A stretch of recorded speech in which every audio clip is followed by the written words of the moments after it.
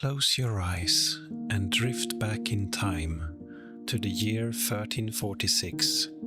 Europe is not yet the Europe you know. Cities are smaller, streets are narrower, and the night is darker than you can imagine, lit only by flickering torches of the faint glow of the moon. Villages are scattered across wide fields, where peasants toil from dawn to dusk, bent over the soil. A loaf of bread, a jug of ale, and perhaps a little cheese are the common meals. Chickens cluck in the yards, cows provide milk, and pigs root in the mud. Life is hard, but predictable. Children chase each other in the dirt. Priests ring church bells that mark the rhythm of the day. Matins, mass, vespers combine. Merchants haul goods along dusty roads, their wagons creaking. Nobles sit in their manors, feasting on venison, honey, and spiced wine, while minstrels sing of distant battles and lost loves. The people live close to the earth and close to God.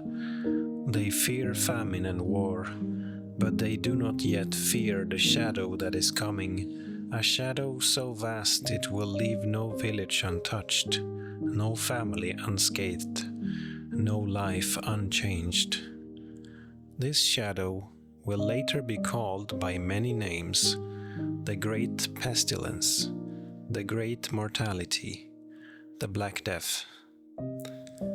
Far away, beyond the horizon of Europe, in the bustling cities of Central Asia, traders are already whispering of a strange and terrible disease. It begins with fever, then swellings the size of apples appear beneath the arms or in the groin. Within days, the afflicted cough blood and die. Some say it comes from the steppes, carried by the wind. Others say it is born in the filth of cities, or that it is God's punishment for sin. The truth is more ordinary, yet more terrifying. It rides in the bodies of black rats, in the fleas that bite them, and in the blood those fleas suck. And wherever people travel, the rats follow. Caravans of camels cross the Silk Road, bringing silks, spices, and porcelain, and with them the unseen passengers. Ships leave the ports of the Black Sea, their holds filled with grain, wine, and cloth, and with rats scurrying in the darkness. War too spreads the plague. In 1346, at the Crimean port of Kaffa, a Mongol army besieges a Genoese trading colony. The attackers fall sick, their bodies covered in sores, their breath rattling. In desperation, they hurl the corpses of the dead over the city walls. Whether this act truly carried the plague into Europe or not, the story spreads. Whispered like a ghost tale, the disease itself is at war with mankind.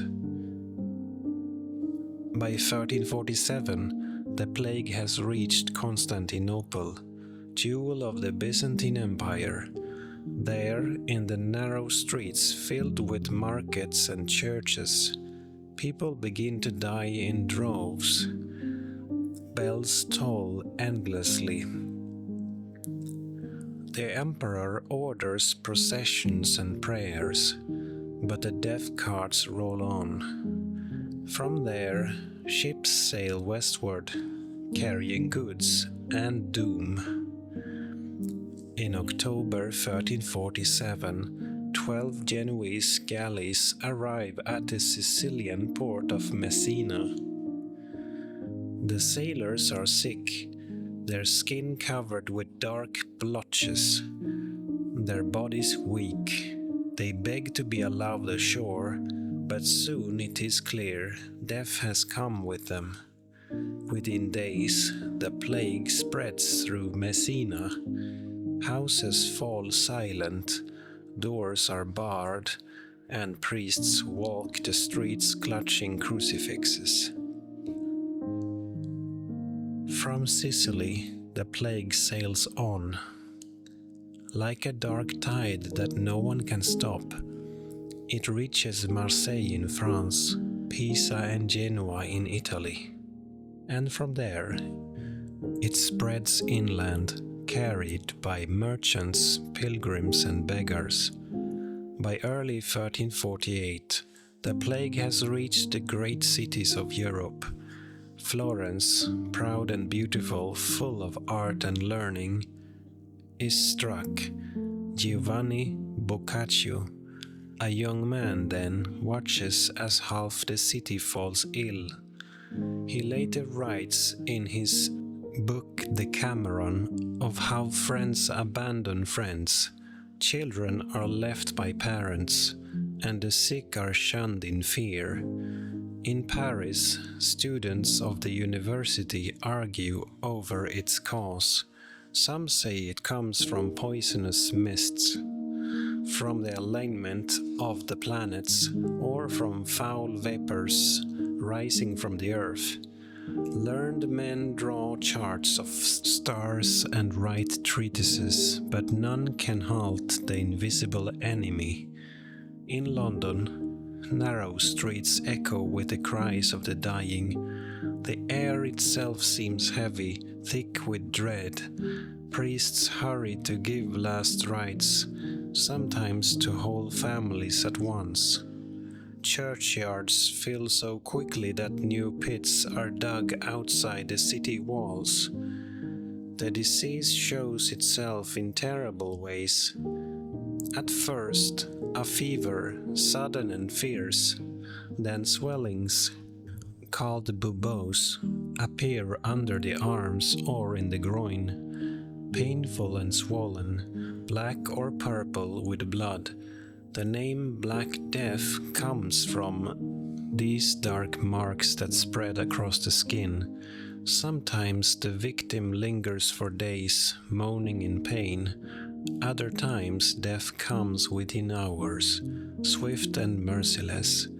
No one is safe, rich and poor, priest and peasant, child and elder, all fall alike. The very randomness terrifies people. If wealth, prayer, or learning cannot save you, what hope remains? As the plague spreads, people flee, but flight only carries the disease further. Merchants leave the cities only to bring death to villages. Noble families retreat to their country estates, but soon the servants fall ill, and then the masters themselves. In some towns, doors are painted with red crosses to show the plague has entered. Neighbors avoid the marked houses, crossing themselves and hurrying past. In others, the streets grow eerily silent, shutters closed, markets empty. Yet even as death surrounds them, some live recklessly, eat, drink, and be merry. For tomorrow we die, they say. Taverns fill with those who drown their fear in wine and laughter. But laughter often turns to coughing, and coughing to silence. By the summer of 1348, all of Europe whispers of the pestilence. Messengers bring news from afar. It has struck in Spain. It has reached the Rhine. It is moving toward England. Kings order days of fasting and prayer. Priests lead processions barefoot, carrying relics. People lash themselves in the streets, hoping their suffering will appease God. But the plague cares for none of it. It moves as it will, silent and unseen, and wherever it passes, graves multiply. By the spring of 1348, the plague no longer traveled as rumor. It was a living presence, a shadow that darkened every street. From Sicily it spread into Italy, and from there into the heart of Europe. In Florence, Boccaccio wrote of how death struck so fast that fathers abandoned sons, wives abandoned husbands, and even priests avoided the sick. Corpses lay in houses unburied, for no one dared to touch them. Dogs and pigs roamed the streets, gnawing at what had once been neighbors. In Avignon, where the Pope resided, the stench of death grew unbearable. So many died that barges floated down the Rhone River, piled high with bodies. The Pope himself was said to sit between two great fires, believing the flames would cleanse the air, and yet the disease leapt onward. Everyone now knew the signs: a fever, sudden and sharp, buboes swelling in the armpits or groin, dark and painful, black spots blooming across the skin, coughing blood, and then silence. Doctors, desperate and bewildered, wore long robes and strange masks shaped like birds' beaks, stuffed with herbs to ward off the poisoned air. They bled patients, burned incense, prescribed potions of gold, mercury, or crushed emeralds. Nothing worked. The richer could hire physicians, but the physicians died too. The poor turned to charms, prayers, or wandering preachers.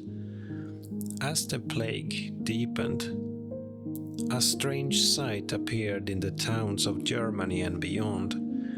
Groups of men called flagellants marched barefoot through the streets. They wore white robes marked with red crosses. They sang hymns, beat drums, and most of all, they whipped themselves with knotted cords until their backs ran red with blood. They believed that by punishing themselves, they could atone for the sins of the world and drive away the plague. Crowds gathered to watch, some joining in, hoping that their suffering might appease God. But the plague did not stop, and as weeks passed, authorities began to fear these processions. They spread panic and sometimes hatred too. Fear often seeks someone to blame. In many places, whispers spread. It is the Jews. They poisoned the wells. These lies led to violence. In Strasbourg, in 1349, nearly 2,000 Jews were burned alive by angry mobs. In other towns, Jewish communities were driven out, tortured, or massacred. The truth that plague came from fleas and rats was unknown. But hatred offered a cruel comfort to those who felt powerless. Not all joined in the violence. Some rulers tried to protect the Jews, declaring them innocent, but suspicion was strong, and fear stronger still. Everywhere life collapsed. In villages, whole families perished, their cottages left to fall into ruin. In towns, shops closed, markets emptied, churches filled with the dead. In England, chroniclers wrote that the living were scarce enough to bury the dead. At least 1 in 3, and perhaps as many as 1 in 2, died.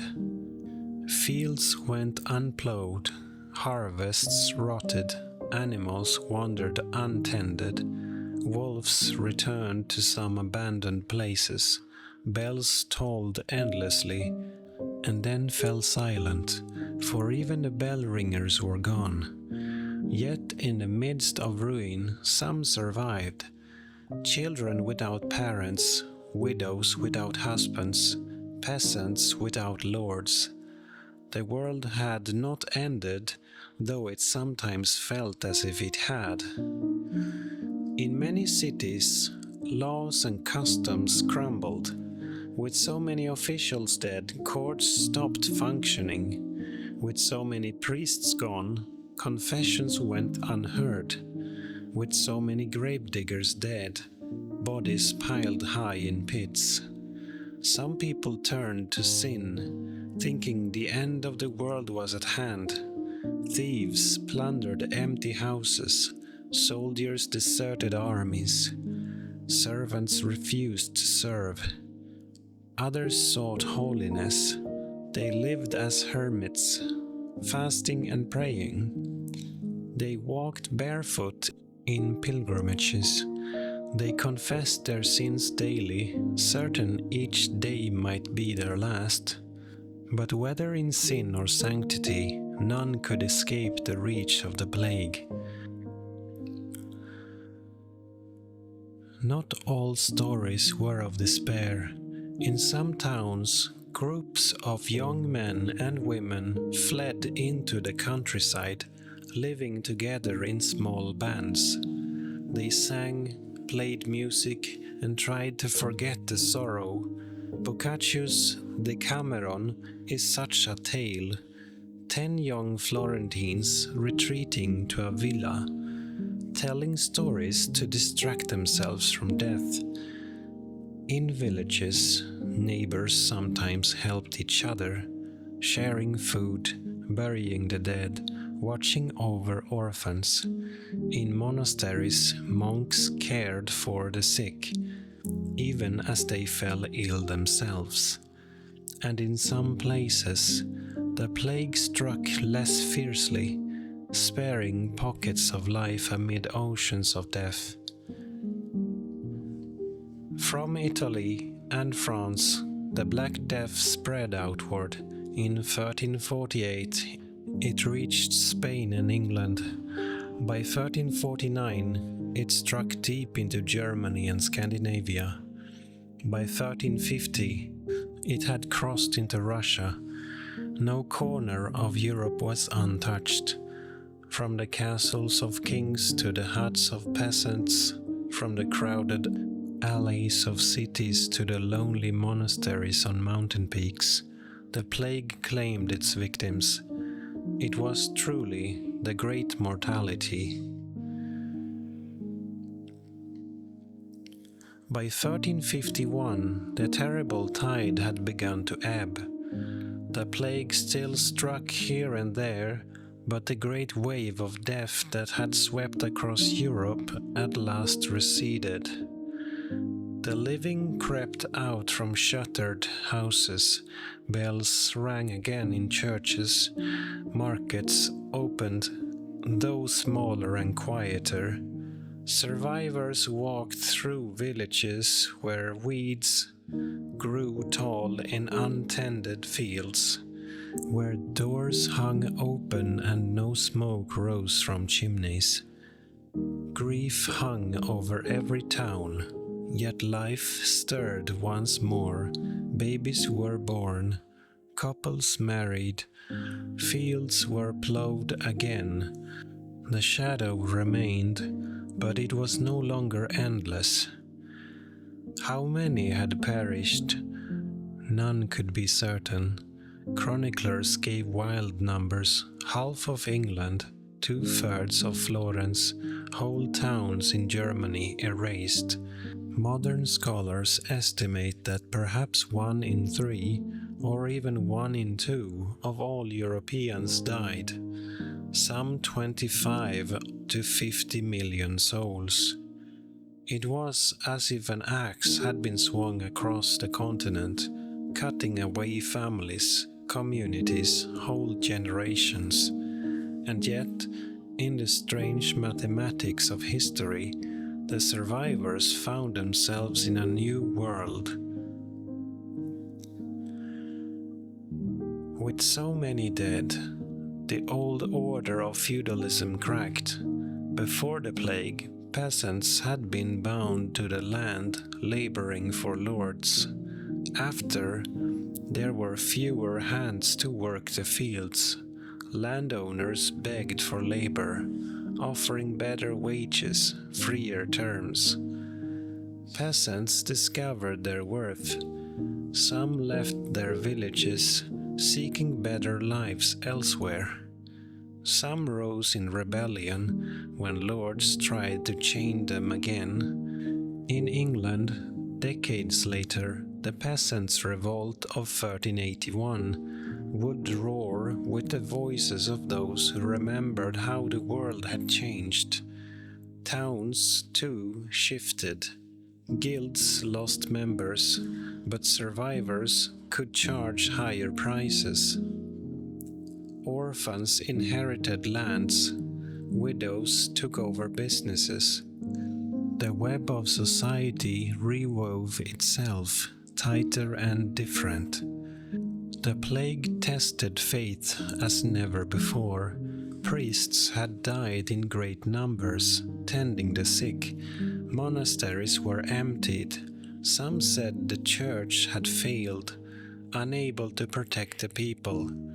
Pilgrimages grew as survivors sought to give thanks or beg for mercy, but skepticism grew as well. If prayers could not stop the plague, perhaps new ways of thinking were needed. In art, grim images of death multiplied. The Danse Macabre, the Dance of Death, showing skeletons leading kings, bishops, peasants, all alike to the grave. Painters and poets reminded the living, death spares no one. Yet alongside fear grew compassion. Hospitals were founded, charities supported, alms given to the poor. Faith bent, but did not break. The Black Death left scars not only on the land but on the imagination. Stories of ghostly processions of the dead, of omens in the sky, of miracles and horrors, spread through villages. Songs were sung of sorrow and survival. Generations later, people still whispered of the time when the world seemed to end. Children born after the plague grew up hearing tales of silence, of pits filled with bodies, of neighbors vanished overnight. History was written not only in chronicles, but in memories passed by firelight. Though the Great Wave of 1347 to 1351 ended, the Black Death was not gone. It returned again and again, in smaller outbreaks for centuries. Towns would breathe a sigh of relief, only to find the bells tolling once more. But never again did it kill so many so swiftly as in those first dreadful years. Slowly, Europe learned to live with its shadow. In strange ways, the Black Death prepared the soil for what would come after. Labor shortages, weakened feudal bonds, new wealth shifted power. Faith both deepened and doubted. Art grew darker, but also more human. Out of grief, a new awareness of life emerged. People saw how brief existence could be, and so they sought beauty, knowledge, joy. Within a century, the Renaissance would bloom, not despite the plague, but partly because of the world it left behind. Imagine now a small village. Years after the plague has passed, the fields are green again, children play in the dust, chasing chickens and laughing. Women bake bread, the scent drifting on the breeze. Men mend tools, dig soil, plant seeds. The memory of the great mortality is still there, but it no longer rules the day. The sun still rises, the bells still ring, and life continues, fragile but enduring. And as night falls, stars shine above, the same stars that shone over those who lived and died through the Black Death. The plague was a storm, fierce and unrelenting. It tore through Europe, leaving silence in its wake. But storms pass, and so did this one. From the wreckage, a new world slowly rose. A world scarred but also reshaped. A world that would dream new dreams. And you, listening now, can let go of the terror, the sorrow, the noise of history. Close your eyes. Imagine the quiet of a medieval night, after the bells have stopped, after the cries have faded. The world sleeps, and so may you. Rest. The story has ended. Tomorrow will come, as it always has.